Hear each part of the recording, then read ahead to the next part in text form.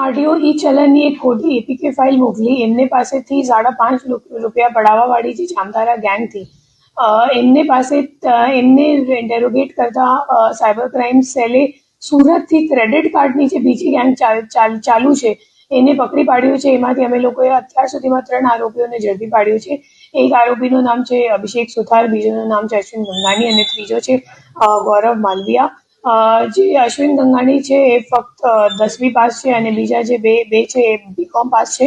એ લોકોનું કામ હતું, જે જામતારાવાળી ગેંગ છે એમને એ લોકો ક્રેડિટ કાર્ડ મોકલતા હતા તમામના, અને ક્રેડિટ કાર્ડ મોકલીને એમાં જે બેનિફિશિયરીઝ છે એમના જે ક્રેડિટ કાર્ડનું બિલ હતું એ પેમેન્ટ કરાવતા હતા, અને પેમેન્ટ કરાવીને પછી જ્યારે સાયકલ એક્સટેન્ડ થઈ જતું હતું તો અલગ અલગ પીઓએસ મશીનમાં સ્વાઇપ કરાવીને એમને રોકડમાં કન્વર્ટ કરતા હતા, અને રોકડમાં કન્વર્ટ કરીને જામતારા ગેંગને 10% કમિશન માટે કાપીને સીડીએમ મશીન મારફતે જામતારા ગેંગના અકાઉન્ટમાં ડિપોઝિટ કરતા હતા.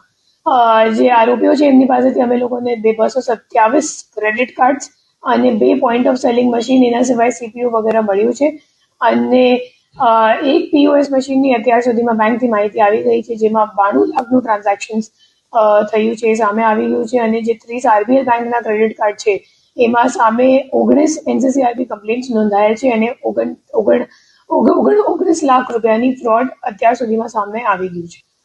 જે અહીંયા નાના વર્ગના લોકો છે જેની પાસે ક્રેડિટ કાર્ડ હોય અને એમની પાસે પૈસા ના હોય, ધારો કે જ્યારે પેમેન્ટ ડ્યુ થઈ ગયું હોય ત્યારે, તો એ લોકો પછી આવા માણસોને સંપર્ક કરે. ફોર એક્ઝામ્પલ, એ ઓફિસ ચલાવતા હતા, એમનું ઓફિસનું નામ હતું ઇન્સ્ટાબિલ.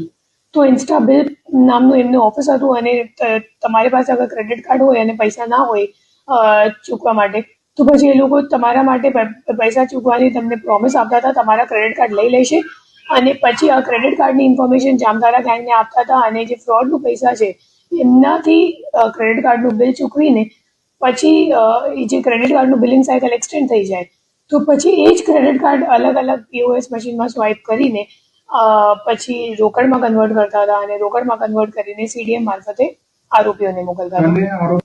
એના ઉપર અત્યાર સુધીમાં એનસીસીઆરપી કમ્પ્લેન્ટ્સ અમે લોકોને મળ્યું છે, 19 જેટલા એનસીસીઆરપી કમ્પ્લેન્ટ્સ, પણ હાલ માહિતી અપડેટ નહીં થઈ. બેંકથી માહિતી આપવામાં બાકી છે.